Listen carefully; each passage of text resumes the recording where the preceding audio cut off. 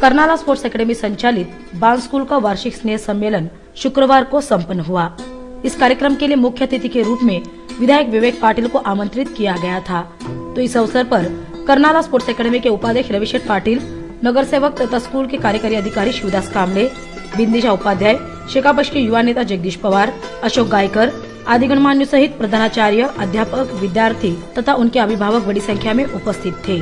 इस दौरान विधायक विवेक पाटिल ने विद्यार्थियों और स्कूल प्रशासन को बधाई दी। आपला ॲन्युअल डे तर करणारे स्पोर्ट्सचं अतिशय महत्त्वाचं आणि जवळचं नाते। बाल स्कूल जेव्हा सोसायटीमध्ये होतं त्यावेळेस त्यांच्याजवळ ग्राउंड आणि इन्फ्रास्ट्रक्चर नव्हतं। हे ॲन्युअल डेच्या कार्यक्रमासाठी मग कुलकर्णी मॅडम माझ्याकडे आल्या, त्यांनी मला सांगितलं तुमची जागा आम्हाला द्या आणि आपण पहिल्या वर्षी त्यांना जागा दिली। त्यांनी विचारलं फी किती, कुठली नाही, माझ्यासाठी फ्री आहे फी त्यावेळी।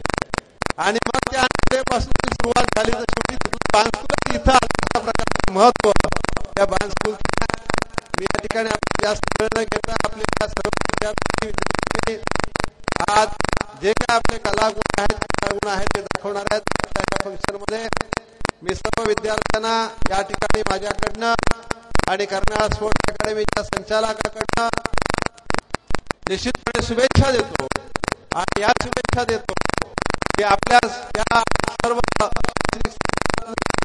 विद्यार्थी फार मेहनत घेऊन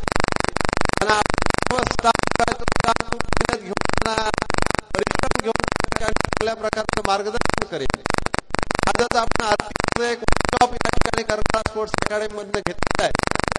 त्या राईट टू एज्युकेशन हा केंद्र शासनाचा कायदा आहे, त्या कायद्याच्या माध्यमातून एक नव्या प्रकारची शिक्षण पद्धती आपल्याकडे जी लागू केली जात आहे त्याचा पहिला निश्चितपणे आपल्या क्रीडा संकुल घेतल्याशिवाय राहणार नाही असा विश्वास मला या वाटतो। इस अवसर पर गणमान्यों के हाथों बेस्ट स्टूडेंट का अवार्ड दिया गया।